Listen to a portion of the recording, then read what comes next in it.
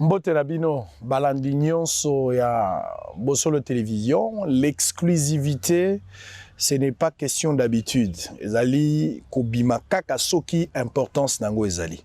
Bozolanda biso partout à travers le monde, topesi bino mbote, tokoliki ete tokolekisa bangonga malamu. Bomo mesano, exclusivité to anosaki na bino. Kelelo tokoyamba avec Dodo Kamba ou azali tata ya milimo. Pour na maetali ba église de réveil, mais en même temps zali pe moko ya bato yo bazali ko sangana na kombo ya ba confession religieuse to lo baloko ale loko ekabwani mibale confession religieuse etikali etuka moko kasi esese na senko bango bana ngambo ekomi lokola makofi ya bilombe bako bunda na ngambo kotoyo 6 bakangami koto bato mibale bakangami pe na ndenge na bango natina wana ndeto singelaki to yamba avec lelo pote tozo ampole na makambo nyonso mituna eza ebele ba milliers de questions mais to kwa kotuna nyonso te to kotuna l'essentiel pote ye apesa biano pe apesa pole na makambo nyonso yosala ba zone d'ombre na mitu ya bato na kosenga bino bozala disposer bo comprendre mot à mot ba précision détail européen sama awa nga na kotuna mituna ya ko répondre ba question bino bo conclure na ndaku par rapport à ba dire na ye TV za radio te.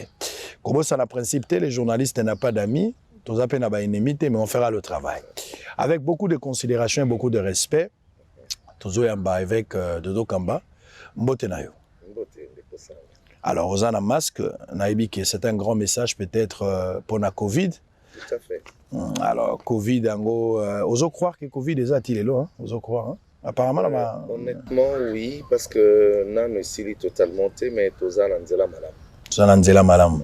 Surtout bino ba église ba pesa bino nzela bobondela mais sengela ina ba église na bino bo veiller quand même dans la mesure barrière mais apparemment la église ebelé ba négliger na bango cette mesure.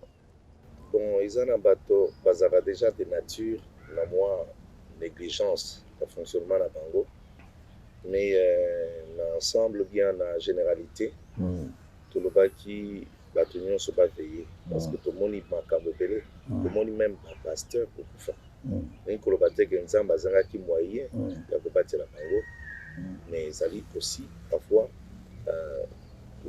une négligence va below comme sous exposé même à foutre aux alentours pour la moto aux ali tata Emily mo église de réveil kokoma yango et okomi yango na ba circonstance moko ya moi matata pambate bato yo kitani na bango baboyaki kokende kasi bato mosusu balobaki yo nde motolongi po elekaki na élection po koma esika oyo ozali kokoma yango lelo ndenge ozali ozomona yango responsabilité ozomona yango privilège to ozomona yango charge responsabilité charge te po eza mokumba oyo nandimaki komema eko ozala jamais charge po na ngai responsabilité oui po naza na compte ya korendre epai na bato liboso nano epai na nzambe ye moko. Évêque Dodo Kamba position à l'église de réveil lelo tolobaki bokotisi ordre parce qu'à un certain moment église de réveil ezalaki taxé de tout le monde bakobenga ngo mingi l'opium du peuple des ordres ezalaki ezana ba pasteur muso bazali répertorié te makambo mabe ezosala mingi l'église de réveil politique nini to lolenge nini ya makambo yo memi ya kosala po tozongisa makambo ebele église de réveil na molongo. Bien tobandaki nano ndenge napesaki plan quinquennal na ngai nalobaki ke tokobanda na misala oyo etali na niveau administration ya église de réveil c'est-à-dire na administration na biso ezalaki na mwa bakokoso ebele c'est-à-dire que na makambo etali nano mikanda ezali kopesama na mwa désordre mingi ce qui fait que baeglise ebele ezwaki mikanda ndenge wana ekei komérite te po ezalaki na mwa bato bazalaki kosala yango de manière un peu désordonnée mais cette fois-ci on réussissait quand même que mikanda ya église du réveil soko olingi ozwa yango okoremplir baformalité na yo na province ozali par exemple là on a Kinshasa to na n'importe quelle province ozali okei na évêque principal ya province enregistré bongo pozwa mokanda okei kosomba yo moko na banque. Vous savez que Bandeko Namson nous basons à Chikapa, banque oyo tozotravaille nango FBN Bank eza na chikapa te mais baza kosorganize. L'évêque principal na bango enregistré bango ayeti awa asombi mikanda wana na banque mpe amemeli bato kuna. Donc eza mwa ordre moko tumeki kotia na secteur wana takanisi ke mikolo ekoya tokozala na makambo ebele ya korestructure koarrange. Oyebi que depuis 2012 Église du Réveil a optaki pour un régime épiscopal, ce qui fait que tout un fonctionnement ya ba évêque ainsi de suite l'enge baza établi. Mais il fallait d'abord que pour travailler na niveau ya ba évêque pour tobimisana no ba évêque baza lokola ba échantillon ba modèle ya ba pasteur tolingi to présenter l'Église du Réveil du Congo ndebi pa ina bandi ko travailler yango wana parce qu'il y a un problème de mentalité. Il dit que Yesu na mosala ne ayaki premier message Jean-Baptiste ayaki nango ezalaki repentez-vous. Et tant que Yesu a telemi ate ya message ne pe ya liboso ezalaki repentez-vous. Et puis même ba apôtre message ya liboso Pierre atiaki ezalaki repentez-vous.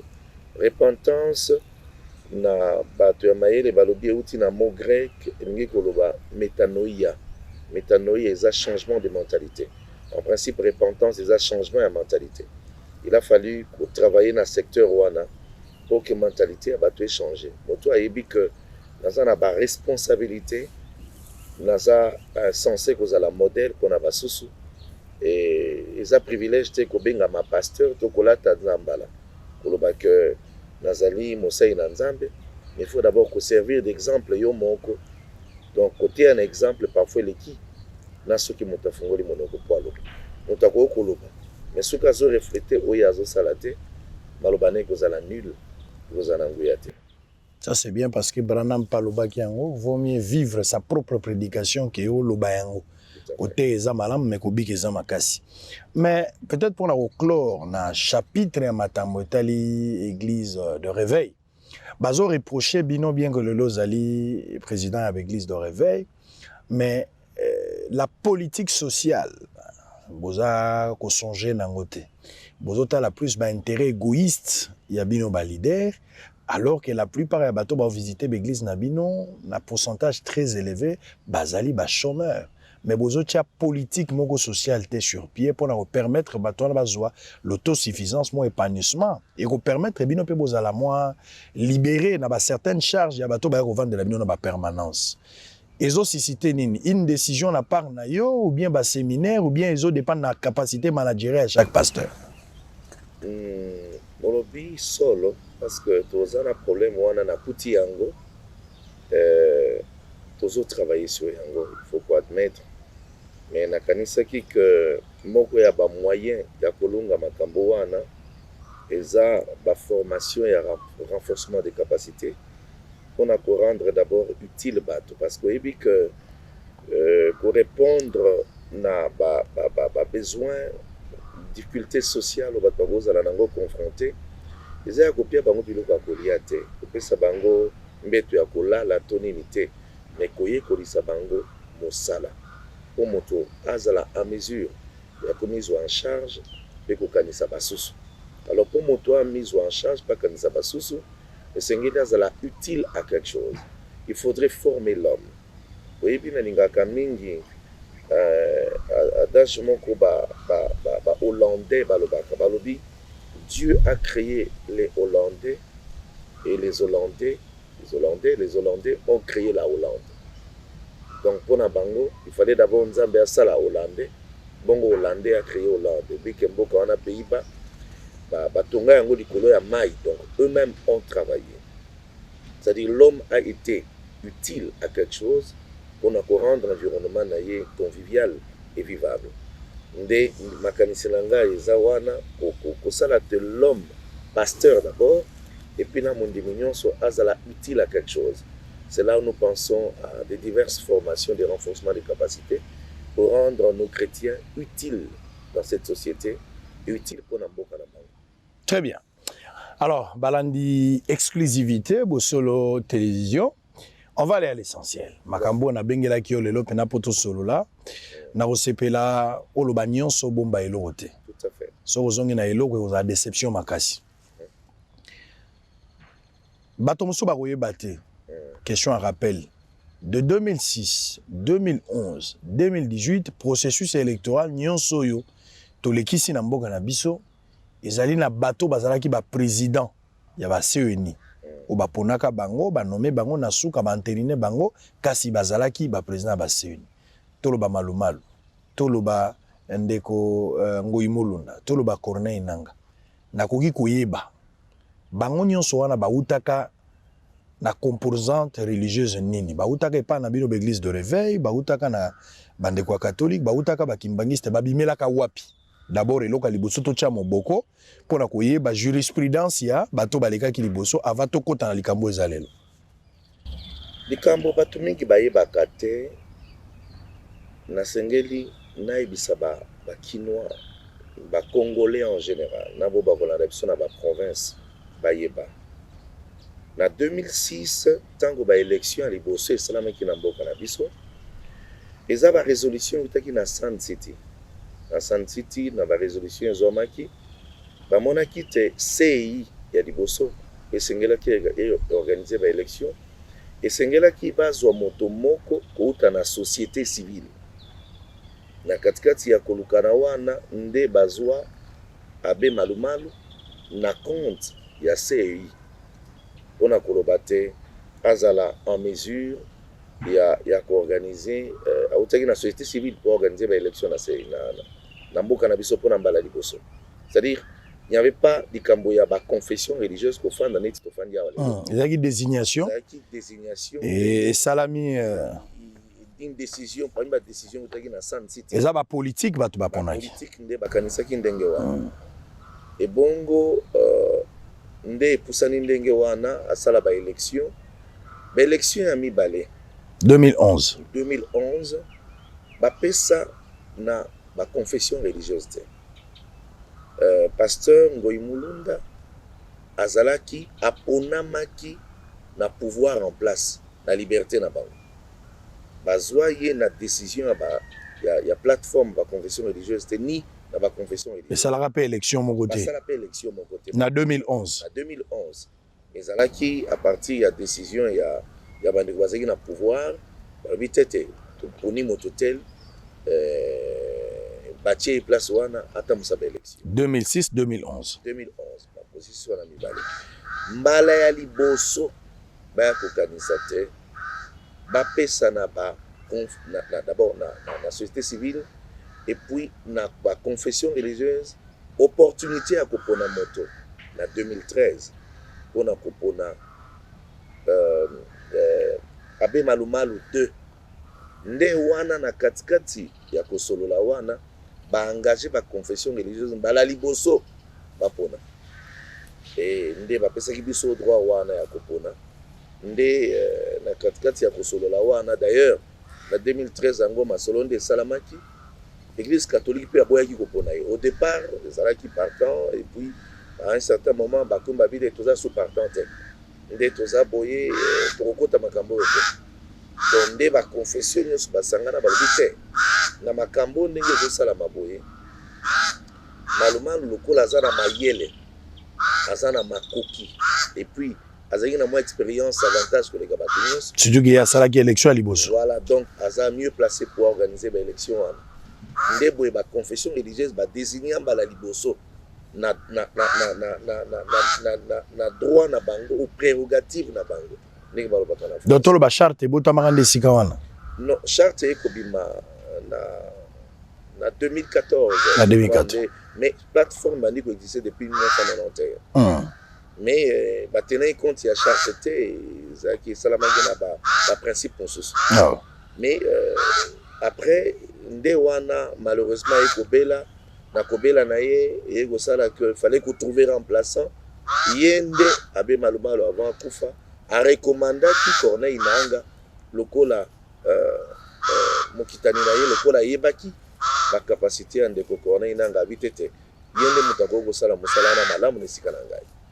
Donc en principe yango mbala liboso yango wana parce que quand les gens parlent bakanisaka que na 2006 ezalaki ba confession religieuse na 2011 ba confession religieuse etikala kozala biso te mbala liboso na biso na 2013 pona Abbé Malumalu, Abbé Polinaire Malumalu. Et puis pour Nanga, pour continuer Moussala, bien sûr, bien que Malumalu a recommandé qu'il a fallu quand même la confession religieuse va s'engager, va dégager option pour naïe. Et ce qui a été fait en 2015. Alors, Awa Boye, Eza Mbala Liboso, en 2020, Nde tozongeli toujours même processus pour le makambo ya Ronsard Malonda lelo na Kolobangote. Mais en 2021, Mbala Liboso, pour que loi organique et l'oba clairement. Les gens qui sont tâches, il y a la société civile de manière générale, mais ça particulièrement responsabilité ou tâches, il y a composants comme le bengi confession religieuse. Plateforme. N'a eu décision. C'est l'Assemblée nationale. C'est l'Assemblée nationale qui a opté dans la loi organique il y a un gonde pessimisme droit. Il y a Kobanda Siko ko désigné en tant que composante en toute liberté. Ils ont sénal sociaux. À ta frange morote à société civile et tiers. Aux hommes de l'Assemblée nationale, ça a erreur. Alors que on sur les kaka liboso contestation à la guité parce que les alagi nango ba désigner Malumalu na niveau ya Sun City et l'équipe nango normal. Na 2011, Bakamati Ngoyumulunda ba désigné na famille politique pouvoir en place bâtir et poser penza makele les militaires surtout dans la confession religieuse. Est-ce que si c'était à refaire, il fallait pas Assemblée nationale à ça l'erreur amdel on a sozo qualifié en erreur ou bien au moins yango peut-être zaki opportunité démocratique ya repé Sabino pour que bino bopona. Merci beaucoup. Au début que na ba composante nuance. Toza na baï politique Nangambo ya opposition, côté Nangambo ya pouvoir, la société civile, na ba frange nuance ya pembeni. Seule ba confession religieuse bazalaka na coloration politique moko pour acheter bango nuance bala mon côté. Pe bazana possibilité ceux qui volonté na bango ezali ya kobima na contrôle politique ceux qui balingi ko sala yango. C'est-à-dire na ba composante nuance. C'est-à-dire c'est la composante la mieux placée à coopérer un choix judicieux. Évitez de mélanger na français na lingala, boponomi ya tina ya malonga, oye kozala. Et même ami na sentiment mongo quelconque côté. Wana na kolobaka Assemblée nationale, bas kanisa ki malabu. Et idée na bango tikala kozala mabete pe kozala ka mabete. Ça je peux vous garantir.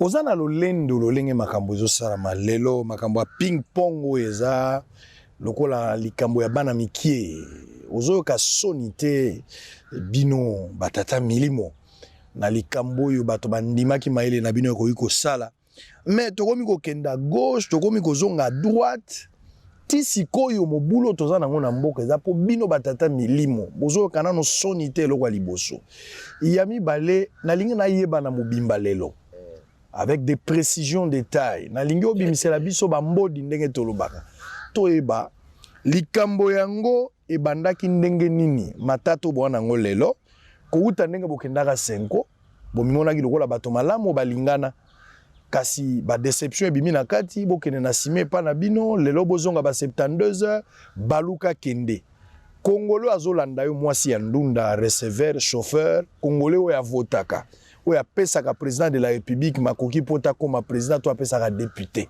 Des milliers de Congolais veulent avoir le résumé à problème avec des détails. C'est quoi le problème? Kino lelo.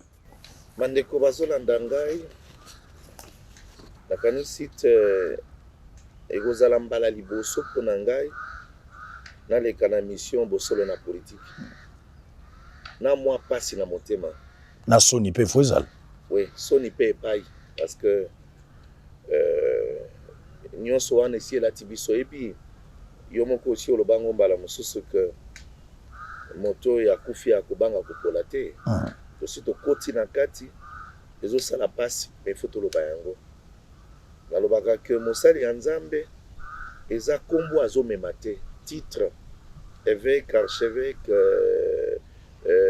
tout ça to nini te ata abe te nakanisi ke mosali ya nzambe eza qualité nano ya motema mpo eza mosala ya berger akomema basusu nakanisi ke na qualité na biso ya baberger eza na makambo so fo tozongaka totali yango mpe okoti na poso na yo milobeli décision nini nakoki kozwa awa oyebi ke basengaki na biso topona mokonzi ya seni na entrée de jeu nani asengaki bino Assemblée nationale président et Assemblée nationale président Mbosso c'est biso abi topona kaka na entrée de jeu nga na uti kokota na masolo oyo lokola na tête ya église du réveil na entrée de jeu na ngai nakuti résolution moko na ngambo ya 5 ans monsieur l'abbé Chol ayebisi biso alobino est-ce que moyen kokozala totika makambo oyo to voter na biso te tokota makambo oyo te biso bité eza devoir civique bongo toko voter te pona nini toko désigner te pona nini c'était déjà à l'entrée des jeux on nous demandait de ne pas désigner bolanda yango très bien mais toboya ki tobité tokenda nango il faut te désigner. Quelle était l'intention à Cholet? Mais à libre. Pour naïe parce que na lobby awa na 2013 tant il fallait qu'on pona abe malumalu lokola malumalu 2 bango baboyaki ezalaki monsieur l'abbé Santeni na tango wana habité biso tokokota makambo te bino bopona 100 biso. C'est-à-dire, dans l'histoire, il y a un processus union. 5 autres églises catholiques, atikala koponata de mon côté. À côté de en 2015, na ba base y a donné il y a église catholique, bazala qui na proposition encore na inanga. Ndé ba cheki na programme na bango. Tango bato nyonso to sangali to bi bon. To moni kazo rempli ba critère to kene ba bitete to boyiye. Mais siko bolingi nino to koponate. Donc, baboya kana bango ko porter chapeau. Et ça liberté, et ça normal dans un pays démocratique. Et koko mamabe pona nini. Parce que tu es que bango baboya kana bango kota makambo. Et ça normal. Et ça choix na bango. Mais biso to lobi biso to ko sala mosala wa. Bino bondimi ko sala. Biso to ndimi. Contrairement na refus na bango. Contrairement na refus na bango. To bandi ko pona. Boyebi que to zo ki mo discussion mo e bandeli. Na article 17 il y a charte na biso. Déjà en entrée de jeu balobi non tolongola na disposition et article 17 et lobby ceux qui besoin consensus te pour que na vote tolongola yango. Tout ni bien. Tokolongola yango pona toza na mois de juin. Wana nani azo senga bolongola. Ezali 5 ans eza église protestante. D'ailleurs balobi ceux qui botika to ke na vote na côté il y a 5 ans biso to bo se retirer. Tout bien mais même ceux qu'il faut qu'on revoir statut na biso et charte to ko revoir ngo en plein jeté to revoir ngo na tango basengi biso to désigner te pourquoi zo déranger bino de wana déjà tozo comprendre qu'il y avait makambo zo ticket biso to poussani moi moké to komi na tango à désignation oyebi que na tango wana première réunion na biso to salaki ezalaki que to koti réunion le 27 juillet otopona moto oyo esengeli atambo sa seni oya kokitana na corner na kitana na corner inanga na kati wana to bandi ko raisonner to bandi ko kanisa to pusi ba étape nyonso na ba étape to pusa ki to komaki na étape ya délibération oyebi que toza na secrétariat technique oyo asalaka mosala ya kopona bato ya malamu oyo sengeli bayela biso bato ya mabe balongola bango o bazana molongo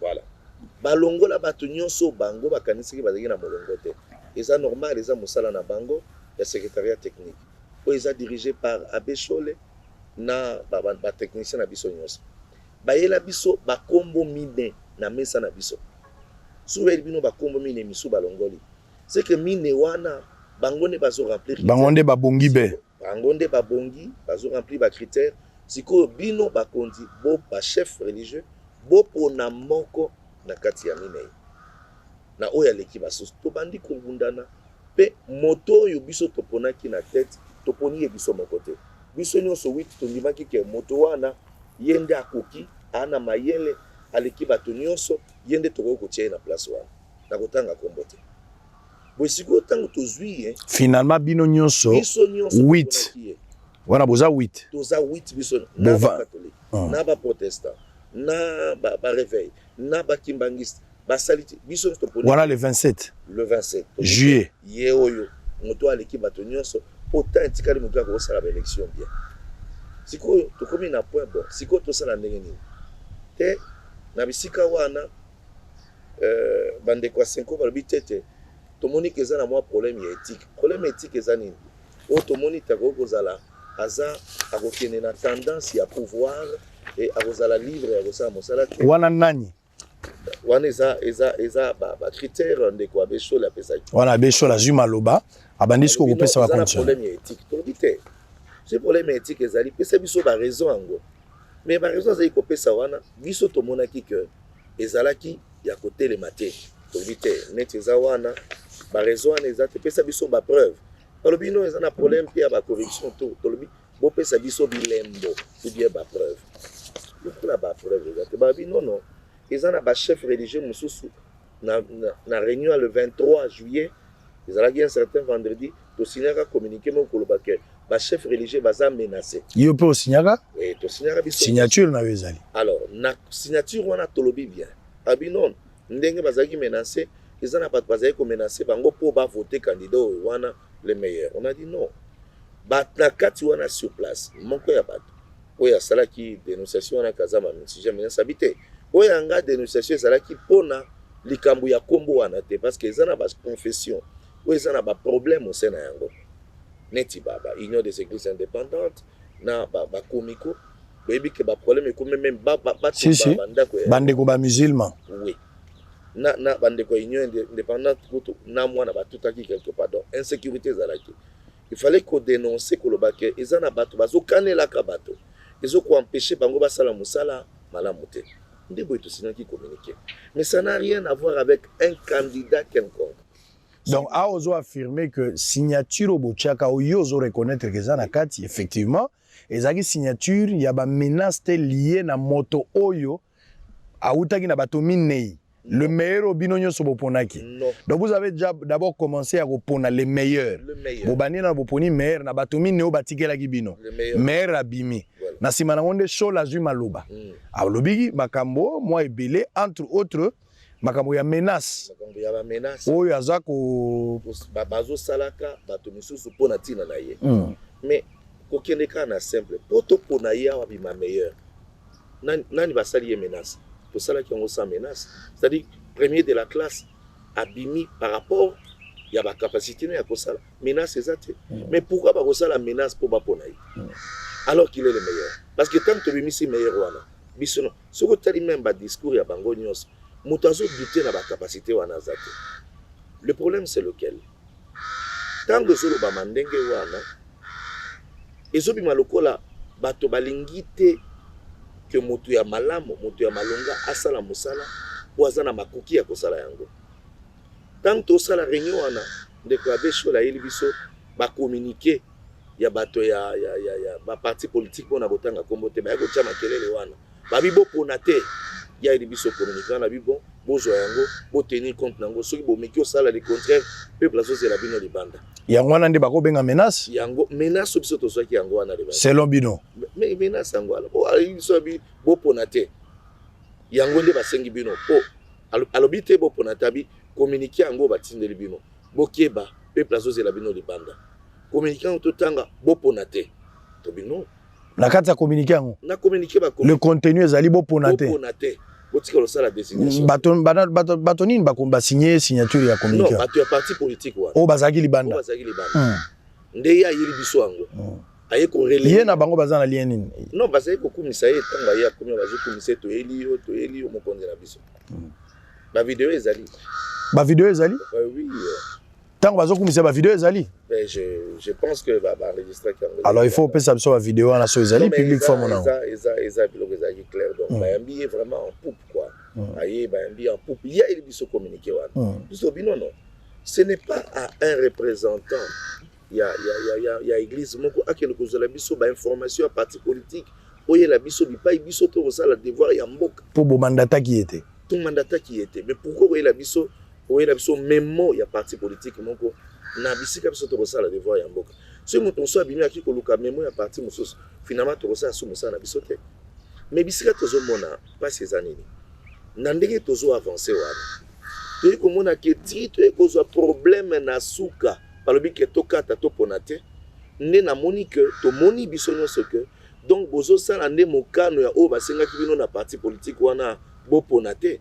Alors faudrait pas nous amener dans cette piste là nde boye tolongwe wana toyei kokenda na sime parce que kobima wana d'abord faut comprendre que ntango bango babimi batiki biso na salle totikali tosala babengana biso boyebi yango babengana biso balobi nono shola s'expliquaki na likambo wana ki atikali ya kobenga bino te komaki nde ngonga na te alobi ka bengani bino te sali na maloba ya kobengana wana mabe alobi ke ngonga kolala nde ekomaki te natunaki totunaki question botunaki bengani biso abiye na bengani bino shola ibisi bino boye oui devant Dieu tuna basei basa abi oui na bengani bino oui na bengani bino nde boye tobimaki Isa et toza basai na ndam devons être sincère et honnête, c'est ça.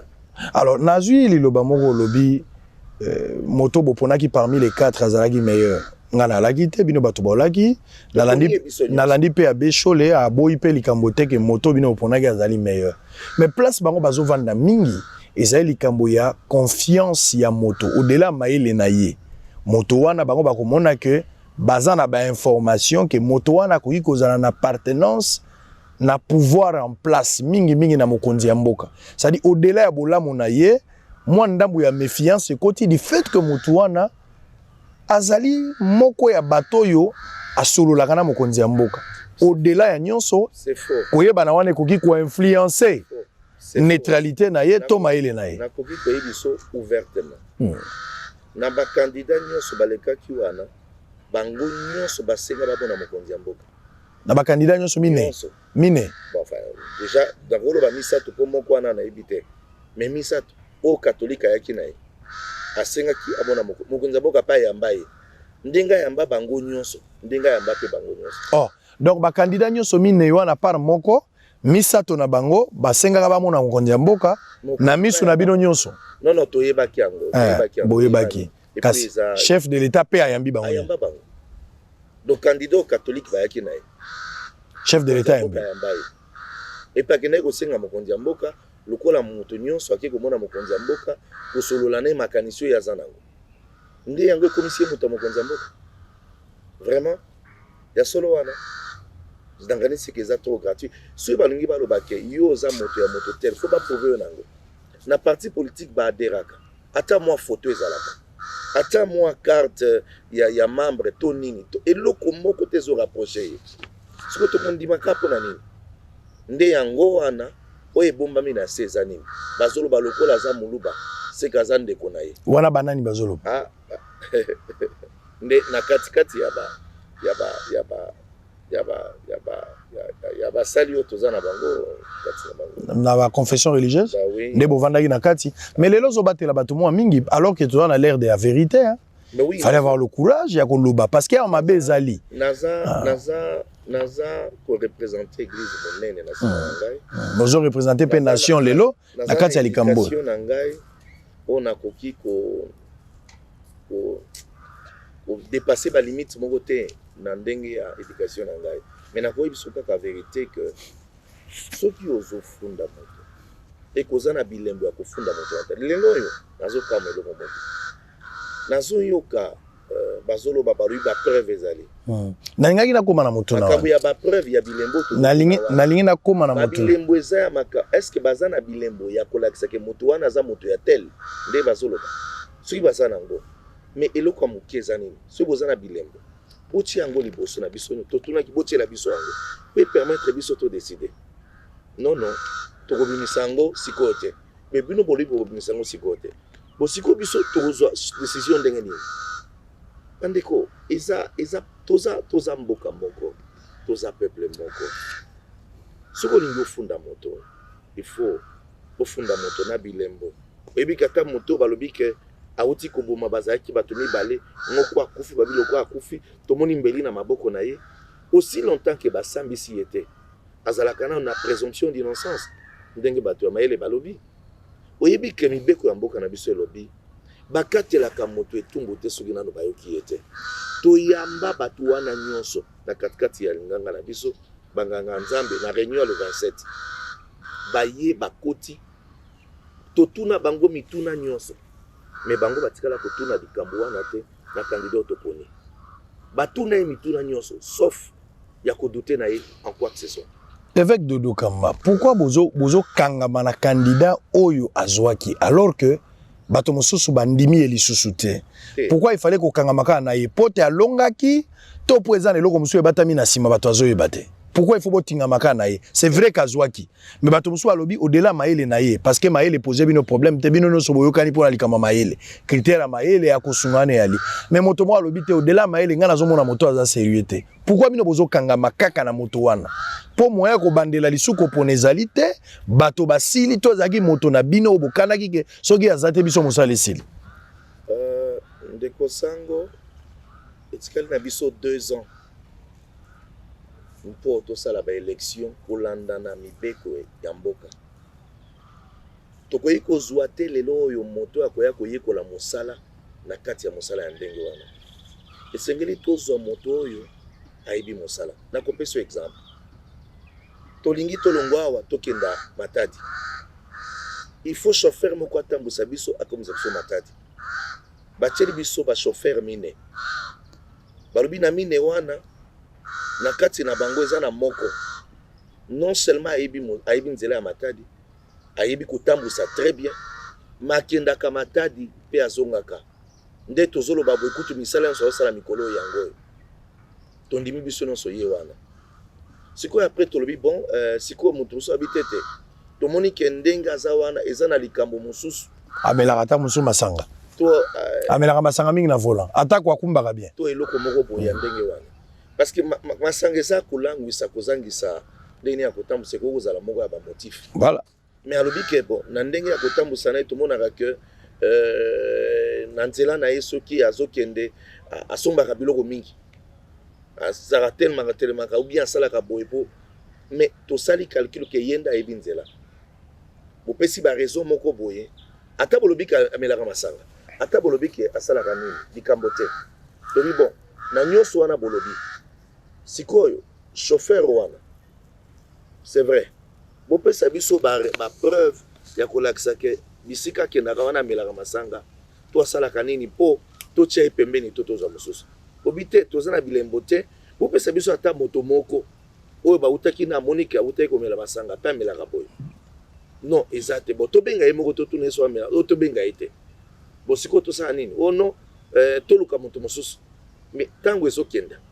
Moto ebi nzela ye wana. To sala nini? To ebi biso no so moto ebi nzela ye wana akoko msa biso na temps.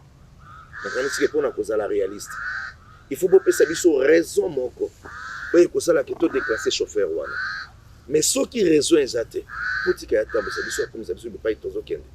N'est-ce pas que na koko soupçonner yo koloba que ce ko zolinga manœuvre c'est ko lingi to ke Matadi te. Pour solinga ki to kende. Ndio so pesi biso raison otoko ko boyela ye. To ondimaka to kende na poto koma parce que temps ezo kende. Et surtout so to bi photo koma avant 18h. Il faut to longwa tongo ti to komi ko koma 14h. Évêque Dodo olobi malamu ke bovandi boponi moto moko na bato minei bino nyonso se mettre d'accord kasi makambo nyonso ya koloba ndeko abeshola alobi makambo ngo ndenge na ye alobi makambo ya menace bato oyo tango bovandaki na kati ya réunion yo moko reconnaître ke za na moto moko azwaki maloba alobi ke bazo menacer ata kolobi menace na eza lié na moto boponaki te eza ba menace mosusu mais du moins ba terme ya menace na kati ya réunion ebimaki. Curieusement moto yango mokolo landi na réunion bopusani alongoli makambo ya menace akomi na langage mosusu oyo selon ba beshole bamoni solo ya kanyaka na kati ya likambo oyo. Comment ozo réfléchir alors que yo pe oprenaki par na kati ya likambo yango? Vous imaginez aujourd'hui selon Chole alobi candidat moko alobeli makambo ya corruption candidat moko religieux akei kokutana na moninga mususu pona koyebisa ke moto yoyo biso toponi oyo azali penza moto moko bo azali candidat ya chef de l'État et que ndenge to aliawa bato bakamateli yango kutu na mituka pona kopesa mpifo na kati ya likambo afundi bino na biloko ebele corruption et que moto bopona ki azali candidat ya chef bino boyebaki yango et puis na suka mituka epesami epa na bino pona kopesa bino kilo na mosala boza kosala bafundi bino na makambo ebele bino basantu sali solo eza sembote d'abord boyebi ke eza na journaliste moko ndeko na bino moko apubliaka ke bapesi biso bajip na 75 000 dollars et que eza dans la société moko nde enfin une organisme moko nde ezosala banquête sur yango oyebi ke basengaki na ya démentir le plus rapidement possible papa nakanisi te nakoloba eza faux bandeko mituka epesami te toza na mituka te oyo epesami na biso mpona likanisi wana mpe mbongo epesami te wana eza baimagination oyebi soki oza na sens élevé ya caractère bakokaniselo makambo ebele le problème c'est lequel tolingi tozala objectif ya koloba te moto ya mayele ye wana asala mosala oyebi sikoyo tokoloba te mais tozela ntango ekokoma tokobimisa baimage ya moto biso toponi mboko oyo bakobetela biso maboko toponi moto ya mayele moto oyo akoki kosala mosala nde bipai oyo nakoutilize terme biso bakretien toutilisaka mingi te mais bolimbisa ngai il nous a séduit par son savoir-faire totali qualité et puis moto nyonso kobebisa lokuma moto papa eza ekoki kozala makambo ekoki kozala na mosala ya nzambe te po okosela moto makambo eza mabe okanisi oyebi te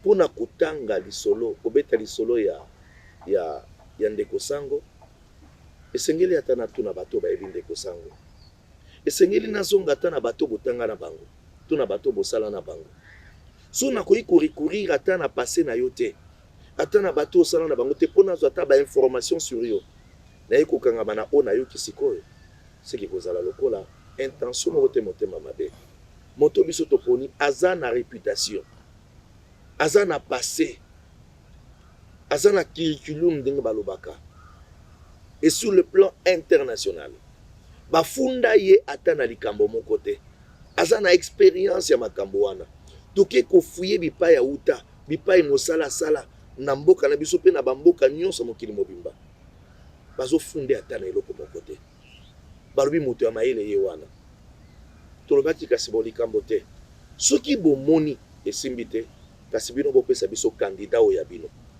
mpo boza na ye mosa totala tocompare totala ndenge bango balobi baza na kandida te eza parce que bayebi ke bakoki kozwa moto ya niveau wana te mais ezaka problème ya moko eza kaka ke moto moko aza na motema kaka koloba ke moto tel boye te naza komarsenir moto bino boponaka wana batangi ndeko sango ya koloba ke asengaki areclamaki aza sujet ya bamenace na kosenga yo interviewé ye nazoluka ye nazobenga ye et puis tuna ye akoyebisa yo que oyo bazotanga bazoloba bazwi baenregistrement sur parce que tout est sorti tout nyonso ebimi nde esika wana akoyebisa bino nani oyo azali kogire na motema na ye ke moto tel te mpona likambo nini mpona likambo ya motema oyo bato mosusu bazalaka nango soki nalingaka moto ya ekolo tel te nalingi ye te ata aza mayele ye te mpasi nde yango wana oyo nalobaki na français nalobi il ne faudrait pas que la haine ethnique la haine tribaliste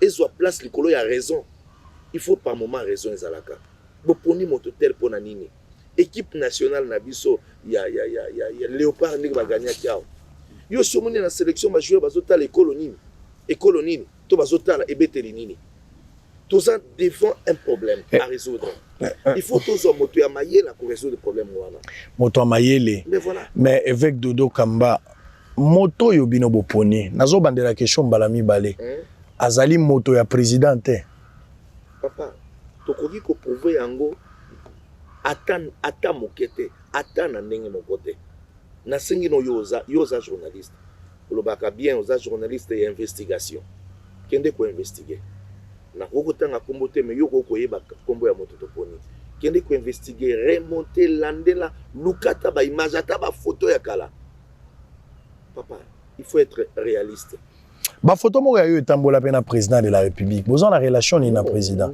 Parce que mon ana ki ozo bondela pona président, babilo ko ngosko bato sala ba ramification. Yo za presque pasteur ndambu ya président de la République. Ndeko baponi azali moto ya président de la République. Bato bazo banga kotala déjà eloko wana, vous allez dans un combat où le vainqueur est déjà connu. Moto bino boponi non? Nazoya. Ozala kati ya bato baponaki. Tout à fait. Naniki na répondre ndeko sango landangai bandeko pe bolandangai très bien. C'est vrai. Toloba kiboye. Soki candidat auti na confession moko et que bisono stondimi atiki kozala candidat à confession wana akomi ya bisono toloba ki na mois de mars. Ndebo tolobi akomi candidat na bisono. Bon, aboyi kokota musika wana. Siko na ya mwa moke. Ba relation na ngai na mokonzi ya mboka ebandi na 2018 na zanganga nzambe. Ayaka koluka ngai le 29 juin 2018 to na bondela pona tina na ye Rwanda moto na yebite ke nani akokoma président de la République. Wana eza parti ya ministère na ngai. E ndebo mona ka ba photo na bondela pona ina banganga nzambe oyo bazalaki na ngai. Eza mbala moko te to sambela pona yemba mbala mwa mingi. Nde kaka moto ayaka mwana zo kende kosala examen bondela pona ngai nazwa naza parmi bateau naza le seul te naza parmi bateau mokonzi alukaka na temps wana na wanga na relation na ngai na yete mais musala na ngai musala ya nzambe ekoki kosangana na relation o naza nango po ebeba te d'ailleurs lelo na koloba boye moto ako douter nango azala sincère à prouver le contraire. Est-ce que koki kozala na église moko na confession moko oyo aza plus proche ya mokonzi ya mboka koleka église catholique? Est-ce que vous répondez? Est-ce que ça na confession moko oyo kozala plus proche ya mokonzi ya mboka koleka église catholique? Jamais. Biso nyonso oyo soko sengi ata audience mokonzi ya mboka ya mbayo atando omoni bwe nayebanaki naye nayebani naye ayebike naza moto na nzambe mais namona kere nyonso te na koko kuma na senga na mona ye ekozwanga pe 1 mois 2 mois 3 mois mais bandeko catholique soka lobi ke na ina mona mokonzi ya mboka lobi amoni ye soki tolobi to banda kotala banani o baza penza proche ya pouvoir les églises catholiques bakosala ka manifestation na bango nyonso mokonzi ya mboka za wana ya biso boko kufela na moto important ya église de réveil mokonzi ya mboka koyate tukufeli apôtre Mbiye Emmanuel bomoni mokonzi ya mboka ye wana mais asa moto monene figure monene église de réveil mais awa sango nyonso akokufa mokonzi ya mboka za wana na kutuno tolo balelo makambo ya mituka banani o bazwa mituka pa ya pouvoir en place ngai awa consécration na ngai salamaki bapesa nga ata vélo na mokonzi ya mboka ata conseiller na moko koya ozo réclamer ngo pelelo non nazo réclamer te ça fonctionnement na ye mais tolobaki eloko moko tolobaki tango ekoki tokokoma biso tokokomela pe mokonzi ya mboka en tant que basiso tozomona ke injustice ezo salama pas considérer biso nyonso ndenge moko injustice ou t'es pas nani? Ah oui, injustice. Et pas un nani mokonzi ya mboka? Ah mokonzi ya mboka place wana pe tozo lela. Po ya za mokonzi ya bato nyonso. Azo favoriser plus ba catholique. Azo favoriser bango et lelo ekomi ke biso nde toza na ye. Vous voyez un peu pari ya makambo ndeni nezali. De l'autre côté bolobi que ba poni moto ya za pemeli ya mokonzi ya mboka. De l'autre côté bino nde bozaka na ye. Mais na éviter nani azo jouer rôle je ya nani. Bandeko na biso bolanda biso très bien.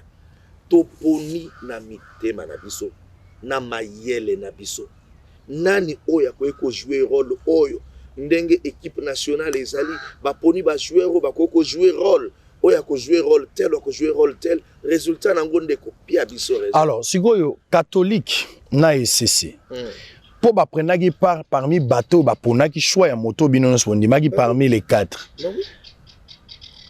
Au-delà de la raison, nous sommes baza kolinga. O baza ko évoquer moto wana makambo corruption ndenge na ndenge. Actuellement, balingi nini? Tango bozo kota na barenyo balingi nini? Na mokuse makambo bango bazo yebisa bino. Balingi nini? Bolongo la 4 bo bandela na sima, bozo bato musu ba ko uta wapi. Au juste proposition na bango eza nini? Tango bino zo ka bango. ils ont compliqué Pengai.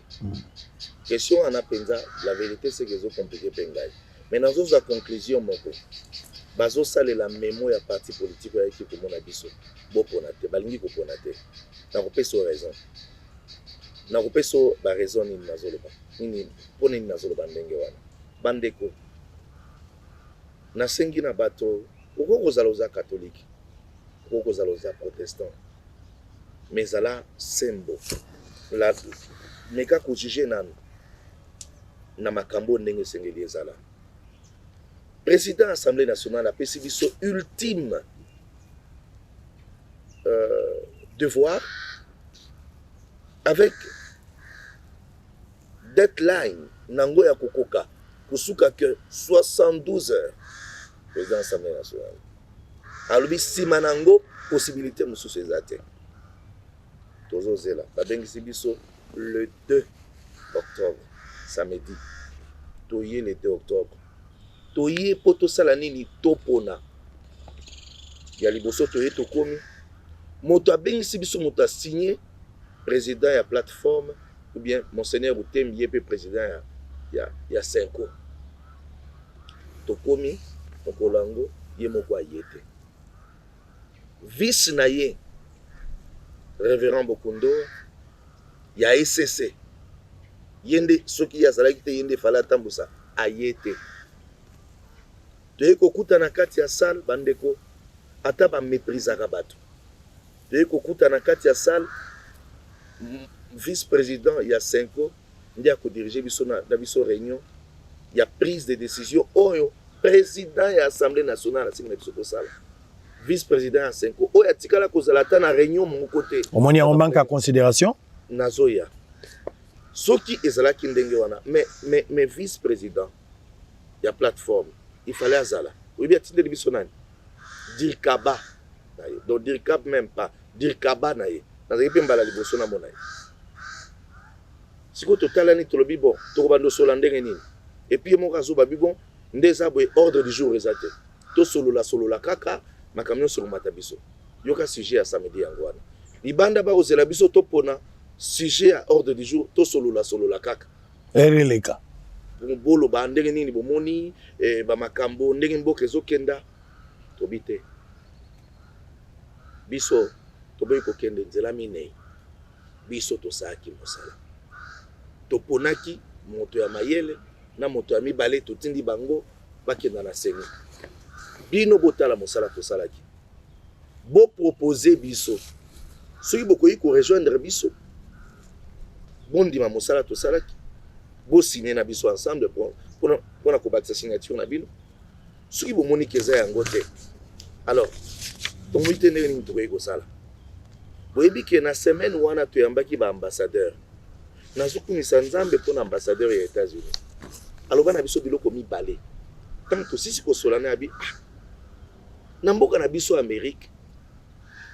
Kaka voix moko échange ka ba donne na maloba même ya ngambo mosusu. C'est-à-dire soki ba républicain baza 50, ba démocrate baza 50 et que bazo wele la décision moko soki na ngambo ya ba républicain démocrate moko akei na ngambo wana bakomi 51 49 fo batikali na ngambo bakangaka monoko balobaka tondimi parce que ça voix ya majorité.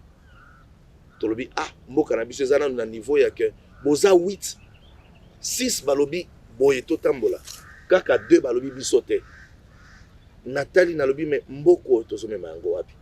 Démocratie ezali wapi? Démocratie ali wapi? Alors bato ya papa. Ayebisi biso alobi bon. Siko bomo togo sala ndenge ni tolobi te eloko mibale. Abi bon, soki kasi bino bokutani bango ba proposer bino tolobi te. Baza na eloko proposer biso te po makanisi na bango eza topona te. Tolobi to tie yo te mo loka to sololi okolanda. Toye kokoma samedi yango.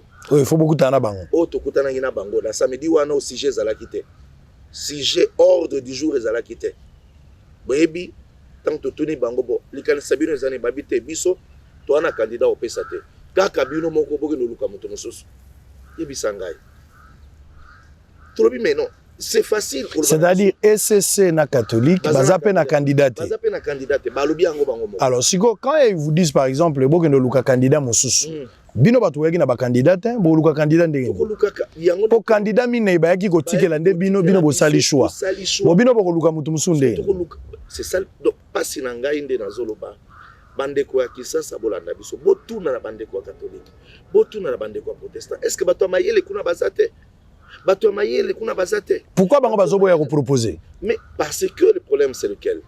Si on a lobby émission bosolo na politique ezawana. Moto habite sango ayebite. Sango akokokate.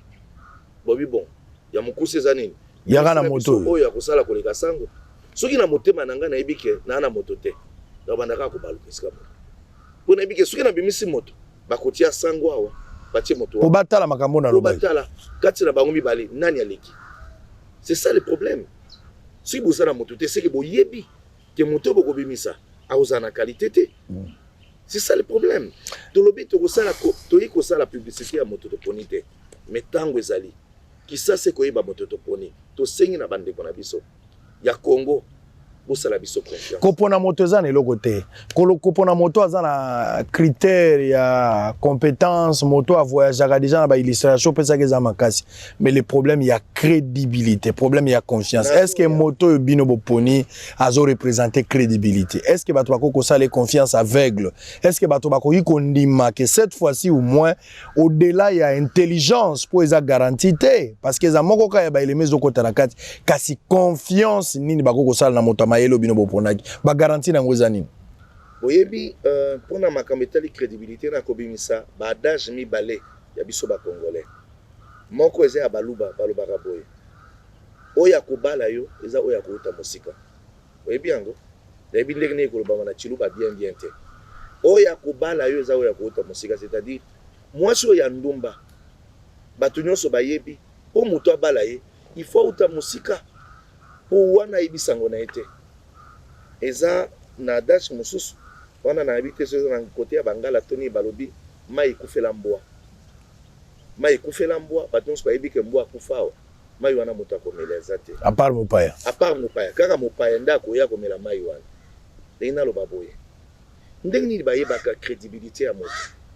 N'est-ce pas na réputation na ye na sango na ye. Na lobi boye.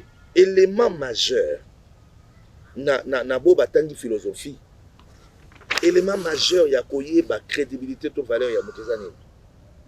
N'est-ce pas réputation na ye? N'est-ce pas ce que les gens disent qu'il est? Ce qu'il a fait. Pour en basenga ka passer à moto. Ba yeba leka wapi ya salamini. Moto ya yibate, yo zo kanisela ya ka koyiba. N'est-ce pas que ba kopeso tort? Pour le ba ke moto ne la moni bo koyiba. C'est qu'il faut y savoir que Ibaka place tel, yango na Monique qui a bu boira. Lokola Ibaka kuna akoyiba peli ce soir.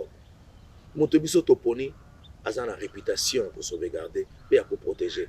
Pe nazolo ba awa lo commencer na nzambe. Azo aspirer pe confiance. Azo aspirer confiance parce que tango na ne kokite, tango ezali bato bakoyeba ye. Et puis tolobi yango biso basala nzambe toponi ye. Toza sûr mboko ekobetela biso maboko. Évêque Dodo Kamba. Salama, bato bako sepela na biso. Wana apparemment ozo défendre hôtel du fleuve place poza rolala.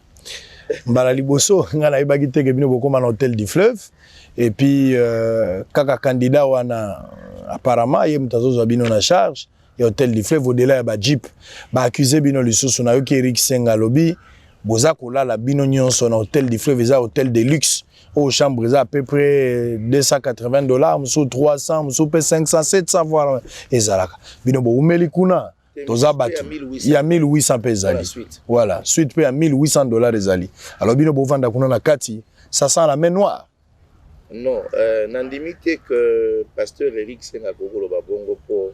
Yangonda lobaki. Nandimite que te alobaki déjà. Parce qu'il y a aux États-Unis, mais les cas, et BBA États-Unis, ils ont combien? Tu peux comparer en na chambre d'hôtel, ninde ko abesho la ko ba bongo te po ya za muta vivara bien pour na mona villa moko munene atonga hein so ozo kende côté ya chango kuna villa munene o nga na loba na zo rêver peut-être un jour ceux qui na meki koluka kokanisa mwa moke na kotongaka exemple ko monsieur eza c'est le show la za na mwa mbongo za mwa mbongo ebele donc na ndimi te ke ya kokanisa ndenge wana waza na ba moyen donc awa nazoloba que exemple ko monsieur eza mentalité ya pauvreté hein tango kokanisa ke ngai tata mokolo boye soki il faut na kende komibatela po na za sujet ya insécurité na hôtel il faut politicien to moto moko futela ngai hôtel wana nakanisi ke za basse classe babosana te que toza ba chef ya ba confession religieuse nalingi na mi présenter moi moke je suis le représentant légal de la communauté sacerdoce royale où j'ai représenté la moi bamboka ebele et ça fait quelques bonnes dizaines d'années pour ngai nazo sala musala wana naza na moi train de vie mo nazaka nango ya moi organisation na ngai na tiaka moi moke pour mtunso azaka soka zui moi mingi ya bali basi biso balaka te nazaka na mwasi moko so nazuma moke na tiaka pembeni mokolo oyo naza na besoin nakende kofanda quelque part to na mibatela mpo na likambo te naza na besoin ya korecourir na bras moko te lelo oyo soki bakoloba bachef religieux wana toza likolo ya baorganisation minene naza président national ya église du réveil du Congo oyo toza na bapartenaire ebele oyo moto akoki koya mpe akabeli yo boye 2000 3000 dollars to mpe akoloba bi bon papa nafuteli yo butu mibale oyo nafuti butu misato mpo naza na baproblème bango omwe baza na baproblème te awa nazo informer 6 confessions nyonso te ndenge toza na hôtel kuna il y a quelques-uns qui sont sujets de problèmes besoin ndima ke boza na hôtel na hôtel du fleuve mais ezali bamoyen na biso organisation na biso ya ndenge tokoki kosorganiser ya mbongo candidat wana apesi bino candidat kopesa biso nini je suis là je le dis nzambe azomona ngai kobosana te ki ancien a gagné ya na faire éviter sincèrement candidat apesi biso ata mbongo ya kosomba ata koka mais alaki ki akopesa akopesa ndenge nini parce que biso toponi moto oyo aza na makoki ya kosala mosala soki akopesa na mboka résultat ya mosala osengeli asala bandeko tozaka mwa bongo mwa lolendo na biso na bandi osala mosala nzambe lelo te bato bayebi nga bakoseka so babi nono prophète do aza kuna na hôtel évêque do aza kuna na hôtel mpo bazofutele quelque part batete tovoyageaka na mbo bamboka toyebi nini tozalaka eza vie oyo toza yango lelo te et en plus de cela nabetaka toujours tolo depuis na bandi ministère na nga na mwa moke oyo nazwi nakomi ndenge tobongisi mwa misala na biso ata politicien mota kobeta tolo ke yenda apesa biso yango alors tozokoma moke na suka me nangi nazwa virage oyo ezali très important pour nous permettre bato bazala vraiment éclairé. Pourquoi Malonda n'a pas été nommé alors que azalaki entériné déjà dans l'Assemblée nationale? Est-ce que bozo banza ke lelo kadima ozala nommé? Bon, nazo yom totangi kombo wana ngai moto biso topona natangi kombo yango nga natangi kombo ya kadima yo lobi moto na bino zoboya kotanga kombo lobi kotanga mikolo ezoya parce que ça biso tende tsengeli to bimisa kombo. Alors par quel mécanisme ozondima ke moto na bino ozala nommé pas président de la République? Par quel mécanisme? C'est très simple, par le mécanisme il y a rapport, il y a Assemblée nationale. Alors on a informé que moi différence ezali entre Kaya Ronsard Malonda. C'est quoi la différence? Différence c'est que Ronsard Malonda Assemblée nationale ou président de l'Assemblée à son époque a sollicité qui a nommé seul liste zalaki yaye moko. Or président de la République a koki ko nommé na seni kaka moto moko te. Il fallait liste zala au grand complet. Travail ezala fini au niveau de l'Assemblée nationale. Et cette fois-ci, c'est un travail qui passe d'abord par une commission paritaire ya batu ya maye le kota là. Ce qui va prévenir ce epesami. Epesami na ngambo ya ba politique, ngo epesami na ngambo ya France ou société civile, na epesami na composante ya ba plateforme ya ba confession religieuse. Nde akuzwa yango nyonso wana soki assemblée asisi mosala akotinda ndenge na banglophone babengaka un package parce que le président a signé kaka pona moto moko te pona Kaya Malonda bameka kombo moko ya ye. Mais cette fois-ci le travail est bien fini et d'ailleurs on a pris tout le temps possible pour élaguer toutes les zones d'ombre qui pouvaient créer des problèmes. Yango moni tozaki toujours dans 72 heures là, je loue quand même la sagesse il y a président de l'Assemblée nationale, un homme sage, oyo azwaki temps nyonso. Et bien que en principe, ils ont une prérogative n'a été. Azong Sarabiso 48 heures, 72 heures. Ce n'est pas à lui de le faire. Parce qu'en principe, il fallait amener directement dossier pour l'entérinement au niveau de l'Assemblée nationale. C'est au niveau de l'Assemblée nationale de Bengueba, bah non, tu peux entériner parce qu'il y a une irrégularité à gauche ou à droite. Mais il y a beaucoup qui sont à niveau, on a pas mon que binonion soboyo kanité pour côté dans la même direction. Mais ça nous a donné le temps que ça pouvait donner. Et en plus de cela, c'est la voix de la majorité qui s'exprime sans aucune haine, sans aucune pensée mauvaise contre qui que ce soit. Et yango nande tondimi que Mokonzi Mboka en tant qu'intellectuel, moto ya mayele pe papa ya Mboka akozwa en ligne de compte mosala nyonso salami na Assemblée nationale. Alors to komi pena suka Senko basali point de presse lobby na kata point de presse bazana makambo ebele ba lobby oyo beti biso pe na elongi esengeli peut-être longola to pe opesa pole lolenge yo ozomonela poto sukisa na likambwana ya liboso Senko lobby azo interpeller Félix Tshisekedi président de la République et puis azo annoncer a lobby ke bakotia possibilité moyen nyonso eza na disposition na bango pour que ba élection ezala crédible ozozwango lokola menace ou bien hypocrisie te nazozwango lokola accompagnement et soutien na ba institution d'appui à la démocratie. Parce que balobi bakotia ba moyen nyonso ya bango pour na ba élection ezala crédible, ezala transparente pe apaisée. Ezelo pa malamu, eza menace te. Eza likanisi ya malamu parce que ba élection ekosalama.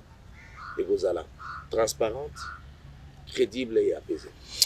En attendant nouvelle équipe oyo ekoya ko diriger Seni Senko na SCC ba suggérer bureau ya nanga oyo baza bureau sortant ba bongisa déjà ba préparatif technique pour na ko éviter quelconque retard oyo ekoki ko intervenir na processus électoral. Ozo partager eza idée ya malamu alors que bandanga bakendaki déjà. Na kanisi kende ko Corneille nanga za moto ya mayele. Asalaki musala na ye musala nyonso moto asalaka ba imperfection ezalaka te na boyi kokota wana wana ye makambo ya bayi politique mais na musala na ye asalaki azwaki soin ya clôturer dossier na ye na musala asalaki et en clôturant azwaki ba précaution de manière à ce que équipe ekoya sima et ya kokuta makambo nyonso likolo ya mesa ezala na difficulté te.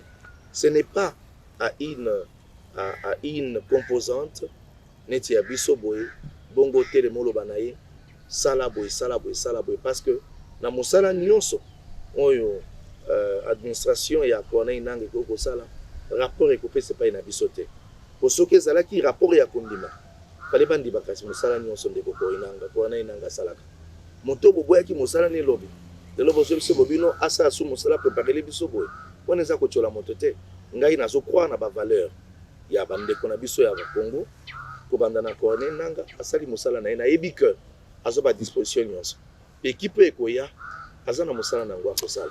Qui selon vous azali responsable ya blocage otozana ngolelo? Blocage ezate. Blocage ezate. Loko sengeli penana loba bato nyonso balanda blocage ezate. Ezani ni kasi. Non, ezali ko umela oyo yo po bureau bimina note. Ozobenga ngo blocage te ezani. Non non, ko umela oyebi loko umela ba pe kumaka malamu oyebi ke lola biso tozelaka. Depuis kolo akena ko bongisela biso esika. Alors plus que zo umela, plus esika wana ekozala malamu. Donc na kanisi que umela wana tozongo na sens ya mabeka kati.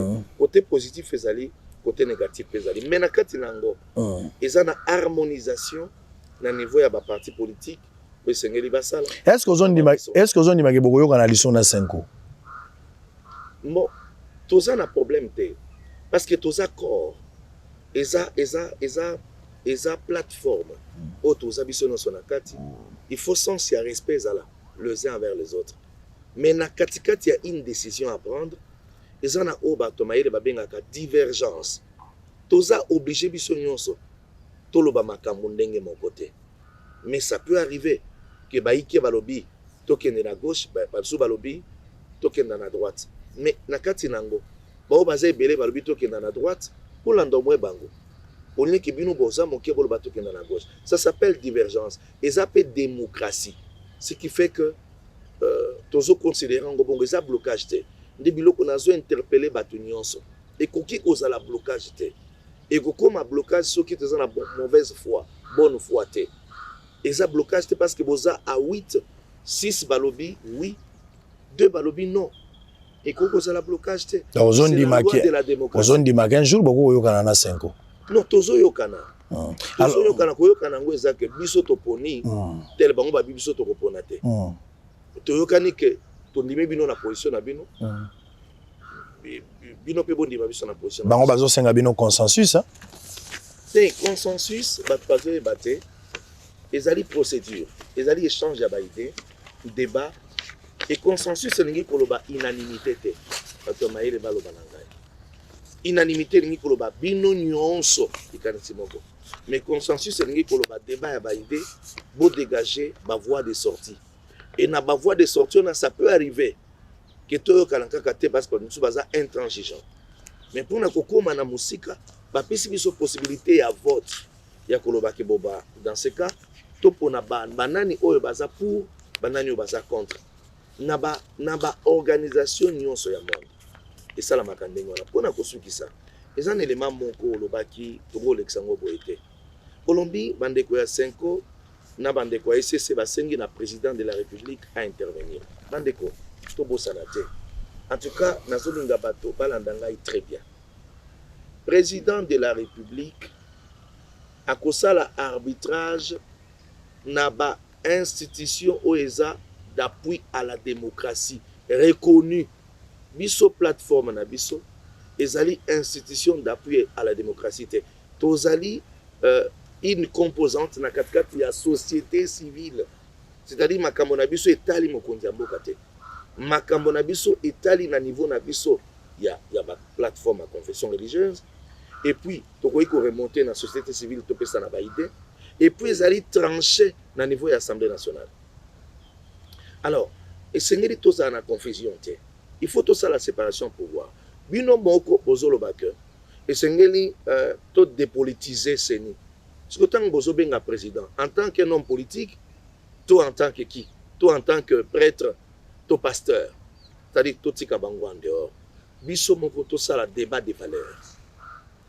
pona nini tokoko kende boete ate tokoko kende boete parce que ngana moni koko sezao prouver biso ke koko sezali soko iko prouver biso yango te tika choix na biso topé très bien et ça la librement donc 2023 élection ezala nazo garantir bato que soki balandi schéma biso topesi maponomi démocratique biso tosali moto biso toponi à garantir biso et tozana confiance que ba élection ko sala mana 2023 et puis ba élection à qualité bato ba robetela biso maboko bozali près lelo ya kotika na bino musala ngo soki bato musu bazokanisa ke bozoyo kanate ba confession religieuse botika na bino baluka bato musu boza à peu près natika ka jamais pour bato bakanisi natika ka so naza na conviction que na kotika très bien exclusivité toyambaki pour la bino évêque général il y a église de réveil pour azali représentant légal ya église de réveil na élément moko élément nini nini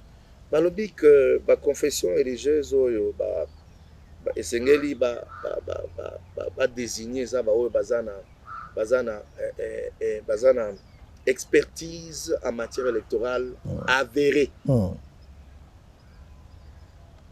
la kanisi que voilà déjà balongoli yo te balobi confession religieuse nazo rappeler na bandeko bazolanda ngai tango makambo ya ba élection bandi na 2006 abeshole azalaki te ye mutazali oza décision te tango ba élection bandi na 2006 Eric Senga na ebite soka azalaki wapi na temps wana pasteur ebite tango azalaki ne ko côté ya bampate to azalaki ne kotanga droit na ye ebandi na 2006 préparation pratique nango depuis 2004 eza na organisation moko comme nango ROC réseau d'observateurs au Congo réseau ya observateurs électoraux observateurs pour réseau observation électorale na Congo awo na ROC wana nde bisika ba 8 confessions religieuses nyonso baza na kati baza wana na ROC wana depuis 2006 ils ont existé et moto atambusa rock wana ya liboso aza moto ya église du réveil du Congo en tant que expert en matière électorale et moto moko te na bango nyonso bayoloba wana ana niveau na ye na expérience na matière électorale aza église du réveil du Congo. Très bien. C'est-à-dire ba confession nyonso ba pesa na ba ndenge tolobi assemblée nationale a jugé à Kenogotala. Quelle est la confession qui manque qui manque d'experts en matière électorale? Exacté. Très bien. Merci. Par rapport à l'article 10, bango ki tango bandaki ba misuba koloba bazalaka te. Mais ça na ba oya biso bazalaka wana. Oza na conseil moko particulier ko pesa Abbé Cholé? Te na ko pesa conseil na TVT. Nazana estime makasi pona ye, nazana respect makasi pona ye. So nazana likambo na ko loba na eza soli to kutani. Très bien. Eza moto naza na respect ne makasi, naza na considération na makasi. Aza même Cholo yo monaki ne bandelito, aza Cholo yo abungi mwandambo. Te na ko koloba te ka bungi. Aza na ba conviction na il faut na respecter yango. Très bien. Mais ceux qui to kozala na choka ba idée, c'est tout à fait normal. Pour lumière et bien. Na respecter oya azokanisa, na oyo ngape na zobimisa.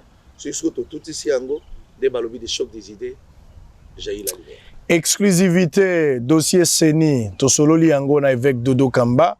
Je pense que mituna na bino ezubiano élection ekozala 2023 souhait à batonyonso ndenge paza ko kanisa atalisi pe que bazo vanda ya solo na hôtel du fleuve kasi na makoki ya moto moko te pambate mobolande akamwaka kovanda na esika ya bozwi moto esa bandaki likanisi yango okamwa te na bandako loba mko mozuzu po ba caractère ya mobola soki ya bongi ayaka monene pa pamba pona nini po azolia biloko amonaka na TV po ayokanga na masolo mais bango eza vie normal bango balaka na bango na likambo wana te oui bima ke na interrompre yo na sengi na bato nyonso yo na bino ba journaliste ba nyonso boko kende ko mener ba investigation dans l'hôtel du fleuve boye bato fani ndenge nini et puis na ba condition nini botala tandenge paiement ngo salama eza na mode ya fonctionnement na biso na ba moyen moke ya organisation de toko sala et j'ai mis à témoin tout le monde eza na même côté politique to organisation moko na très bien tozela mokolo ba enregistrer robima tam jour wana ndo kosenga pardon pona nyonso lokolo boy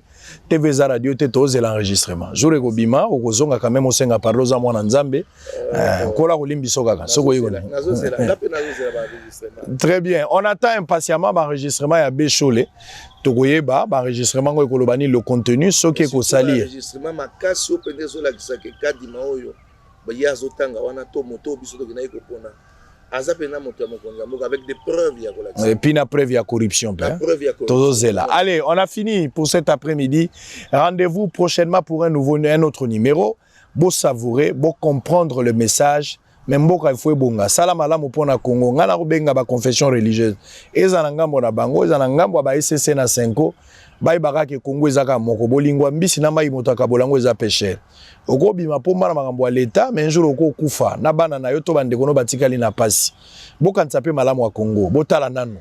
Kota l'intérêt na bino égoïste te bota la Congo liboso tokendande toza kokana élection 2023 minute etikali ya kotanga esengeli toza la sérieux to mitala na elongi nini tosali na onte to bonga rapote to sala ngona 2023 mais lolenge makambo eko salama lokola bana mikie bino batata ya bikolo bato ba pesi confiance bokomi ko soane la vendre na hôtel du fleuve azaka na TV en couleur na ndako tio ko tuna moto chakili pana manteka alors tina ya raison ko sala eko za isute.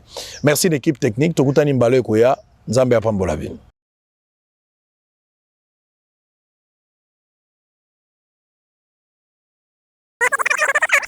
Voilà, nalobaki na bino atoli nguba na sama iposo kobimaka likolo. Tolandi Abbé Cholé, tolandi pe le révérend évêque Dodo Kamba atangi kombo ya Monseigneur Nzinga mingi. Abbé Cholé atanga kianga na lolenge mosusu koto pe batanga na lolenge mosusu. Kasi ata moto bolimbo tshana libulu fubo tuna ye moko maloba. Ami lobela ava kufa mi lobela. Oya lobaka ta kufaka opa loba kufaka vomi loba soko kufi na kimia. Monseigneur Yeyo Nzinga Zali représentant légal il y a ba église union des églises indépendantes à Congo. Mbote. Mbote, monsieur le journaliste. Monseigneur. Papa Sango. Nazwi yo pona tu no mwa mituna ka mibale to misatu. Kokoma na yo lokola représentant légal ya union ya l'église ya Congo. Ezalaka ndenge ni, ezalaka na vote, ezalaka recommandation to yaka débauchage. En tout cas, merci beaucoup na question na sepeli makasi. Ba chonjaka histoire te. Tout na moto nyonso. Zali fondateur ya Union des églises indépendantes du Congo. Nazali pasteur ya 11e communauté anglicane na SCC. Maintenant bien ngai kolonga wana nde na kosala Union des églises indépendantes. Nazali le seul fondateur. Je suis le père spirituel, le père fondateur. Aux appels à la société. Azate. Mais mbula pe c'est pour ça ni soko zo kata associé linga ozala bien. Eza égoïsme na kati ya mosala relève bolingi yango te hein. Kitoko makasi. Ah oza wana to préparer bana te. Nazo préparer bana. Na préparer bana bazali. Oh le loso bozali te bango. Vraiment tali ko fidèle. Très bien. Alors, au koti na kati ya likita ya ba confession religieuse ba o esengeli ba salisa mboka na maitali seni. Ozomona ngo lokumu, ozomona ngo charge, to ozomona ngo responsabilité moko ezobangisa pe yo. D'abord eza ngolo na Nzambe. Ba église ebe la Congo, mais Nzambe aponi kaka biso, donc eza grâce. Eza pour ça la biso, pour ça na Nzambe. Là où Dieu se trouve, il choisit toujours ses serviteurs. Et c'est quand Nzambe azali apona ba sai nae. Tozava na par hasard te. Tobani musala na lelo te. Mboka oyo fait pesa biso d'abord batu baebi merci oyo bazutia makele wana baebi bazalaki te tango biso bani mosala ya kimia na mboka o ngai zinga na seli baturi ya ba province nyonso tango guerre zao na Kesani City tozongi donc to bani mambo ya mboka na biso pona ba élection te to bandi kala pona kotia kimia. Très bien. Ozo vanda wapi pour le moment? Ngana vanda Nansele, pas ba pauvre. Yo vana na hôtel du fleuve te. Wana zama ma musala. Ndako nangeza nansele pas ba pauvre. Mais au matin niveau. To sala musala. Au matin niveau comme un hôtel du fleuve. To sala musala et 5 to zala wana. Musala to sala eza organisation interne. Nana loger bino. Biso moko, nous sommes une grande confession religieuse. Mais yo vanda ka déjà le bio na commune na ba pauvre. Ce qui est normal. C'est-à-dire que yo moto uti sika ba bola, au commune sika ba to mbo. On n'est pas ba bola za ko zala mbola te. Et là, système à travail. La voie n'a pas la population pour ça, la population Moussala. Nous avons une climatisation, nous avons une climatisation. Nous avons un agent de développement. Le 27 juillet, vous allez à la réunion. Vous allez à la réunion pour la coupona. Vous avez parmi les bateaux qui candidat, ou les bateaux qui sont en Kadima, ou bino bozobo ya kotanga kombo. Banda makambe bandi na Zaraka. Tango ba potoponi marumar na Zaraki. Ba même personne ba boya ki marumar. Après ba yaki. Pas même pas personne va qui nanga. Après bayaki. Batu na histoire. Le bateau bazoboya candidat na bango papa. Banda ko boya depuis kala. Banda kala. Na nyonso wana yo zala 2006 2011 baboya kaka. Soki mboka na biso. Ebi ko futa bato. Ko pesa bato mbano na bango. Biso ba oyo. Futa zo mbano. Pona musato so sala. Osali limboka nini? Ebele kimia. Banda seni e bandi ti lelo to sa musala ba élection nyonso na des experts en gestion des élections na sisi na Île Maurice ba contrôler ba tuna même formation iska mona normal oyo candidat ba ko boya wana nde professeur na ngai ce n'est pas n'importe qui ce qui te boye na moka na biso monde me ko condamner biso il a un niveau de DD c'est pas n'importe qui je vous dis. Ba mboka Soudan mboka ya mobulu yenda pesi élection kitoko Congo linga muninga ne congolais te. Alors voilà les alliés témoignage à élèves azolo bela pona maître nae c'est tout à fait normal. Ah mais oui. La vérité reste la vérité. Biso nyonso awa c'est lui le professeur. Ezala malumalo. Ezala nanga. Biso nyonso ezala ngoyi mulunda. Bato nyonso. Yende tata na bino. Tata na biso. Yende professeur, des professeurs. Na Afrique za yemoko. Siko bandima ba élève mais bazoboya tata. Na Afrique mobimba il est le seul monsieur. C'est quelqu'un que je connais. Donc, Aza, moto na ebi. Alors, yo vota qui est pour yebi et to vota qui est pour na ba critère. D'abord, biso to voter été. Tout dans le système Mosala. Na Simé, na conférence religieuse, dans le système Mosala. Toi, na secrétaire technique. Nous avons ça ba technicien yonso. Nous avons ça en Chole. Yé Chole, tu as la candidat. Apponi 4 personnes. Yemo Chole. Eh, il y a 4 personnes. Et puis la cotation. Après ce candidat, le premier.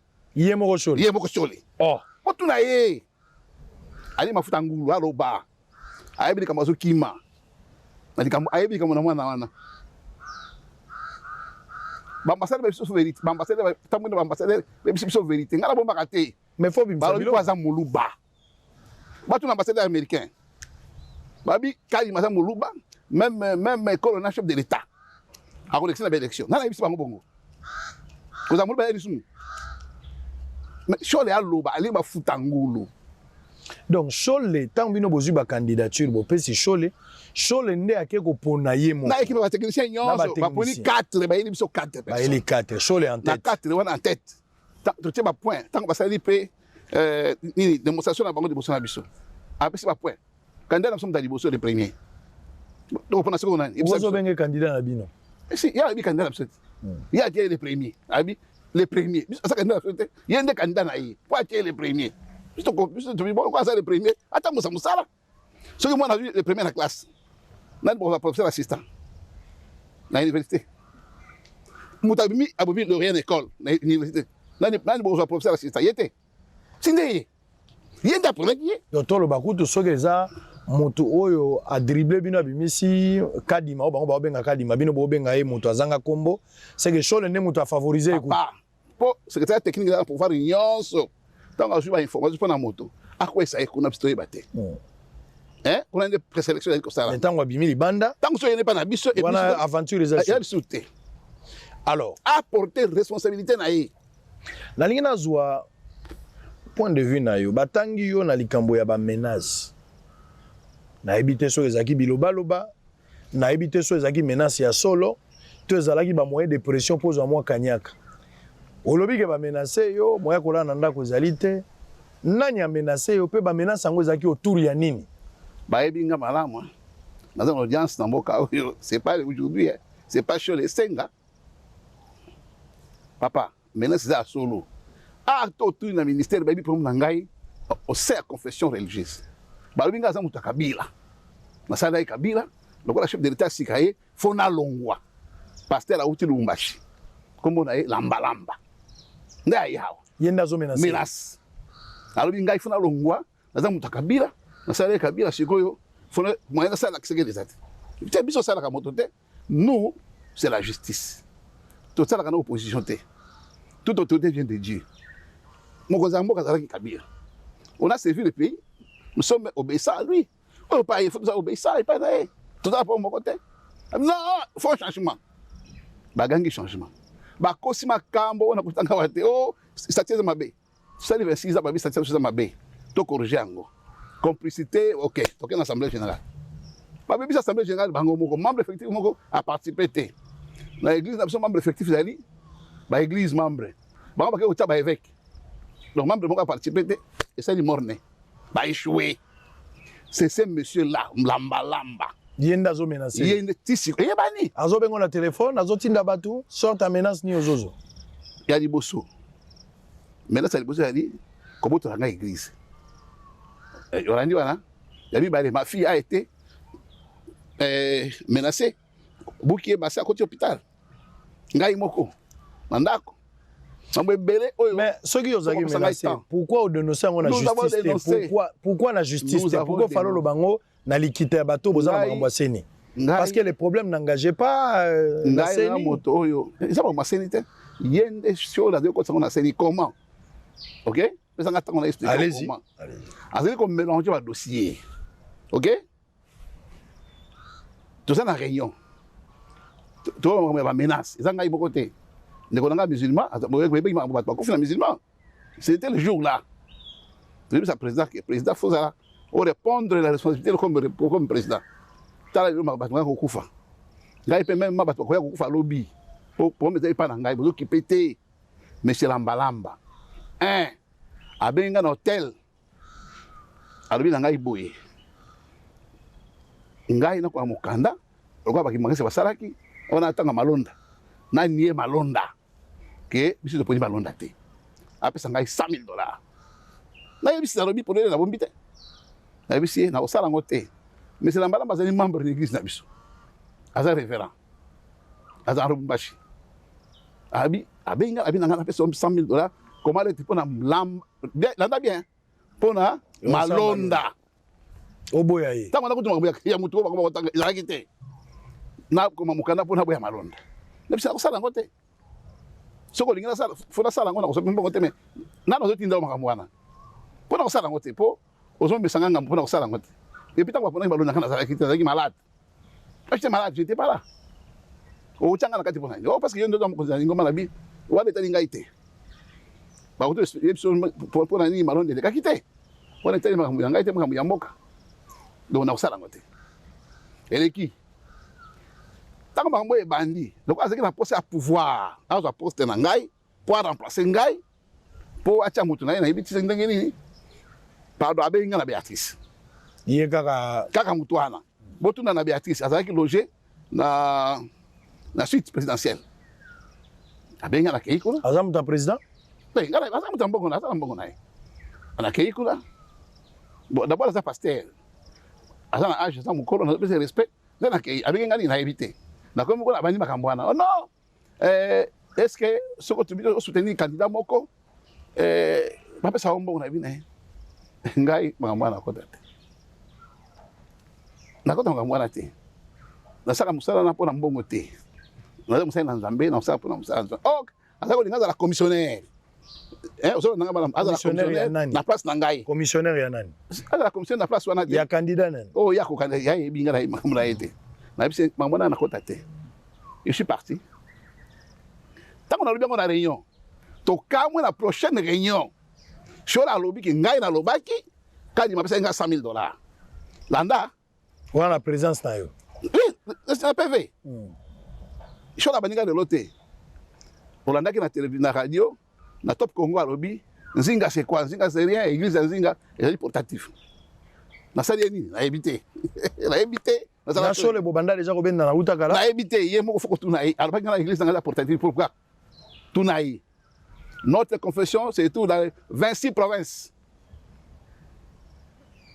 atanga dictionnaire comme on a union des églises indépendantes du Congo dans 84 na 98 to la 17% de la population les to combien combien parce que c'est ba majorité ba majorité té église indépendante dans la balabala nyonso to on a plus de 1800 paroisses ba les paroisses église abiso union des églises indépendantes congolaises na oui province ecclésiastique il y a 6 nous avons 84 évêques il y a combien d'évêques donc bacha okosa na baza monene na te alors kala tozo na dossier wana ouais pour photo styliste na ngina besoin plus de témoignage tozo na dossier wana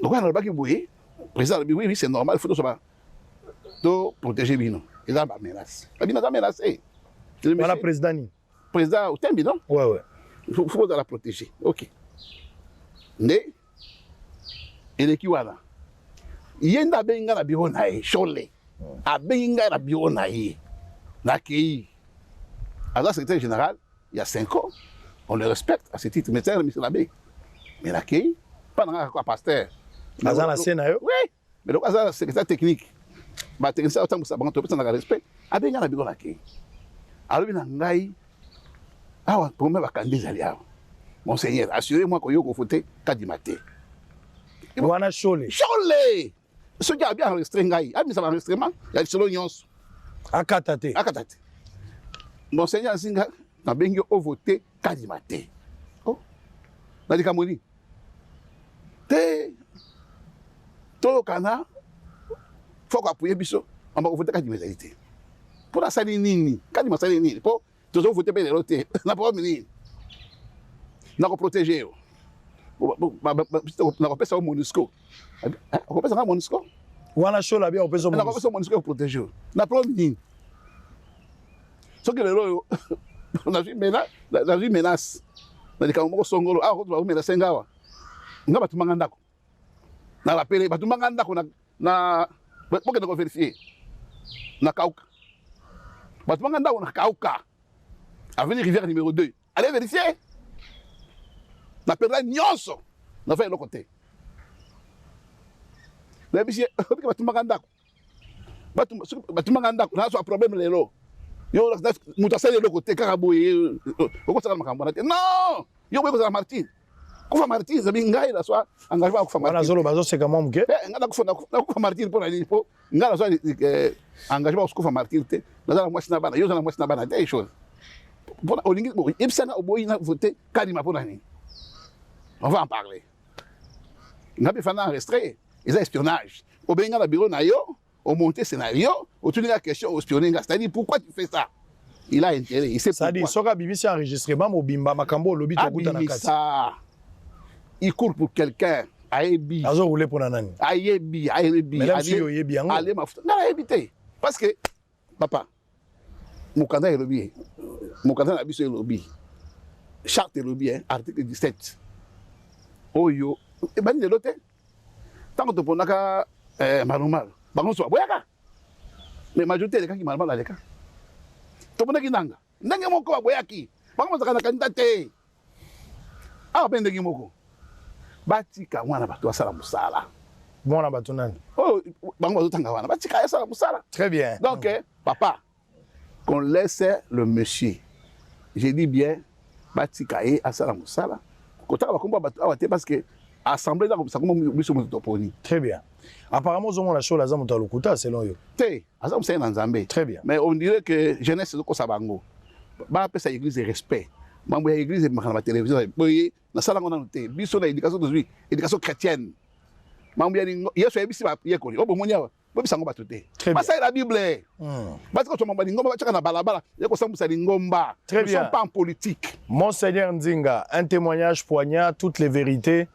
Impatient et oyo enregistrement wana intégralité toza kozela yango soki ndambo te nyonso toyoka pena mobimba toyoka makambo ba Monisco na kati toyoka pe makambo ba 100 000 et puis il y a une infraction hein et une infraction au bengi moninga na bureau o enregistré kasalobi andimi prison andimi na prison mais vérité bimakaka mais par rapport au objectif za nini ko salir l'église baninga mosusu pourquoi faire ça est-ce que l'église peut combattre l'église? Nous demandons si mais aux zones dimako boyaki ata ebisaki o voter kadimate oboyaki na yo pas boya pour nani on dimaki na PC position na ngai te otunaki yende na etuni ayebisanga d'abord cause atikali ko ebisa ote tire ba lobi ke besoin la preuve mais yo to funda ko to preuve exacte kadi mazaki liboso na ye wana bati les 4 candidats bazaki liboso na ye ba lobi nyoso na suka atuna ki bango te pour nani. Très bien. Tosilisi boyoki témoignage. Allez, on se retrouve très prochainement. À tantôt. Merci. Bosolo TV, Nalisanga, Ndetoko Bongisa Congo.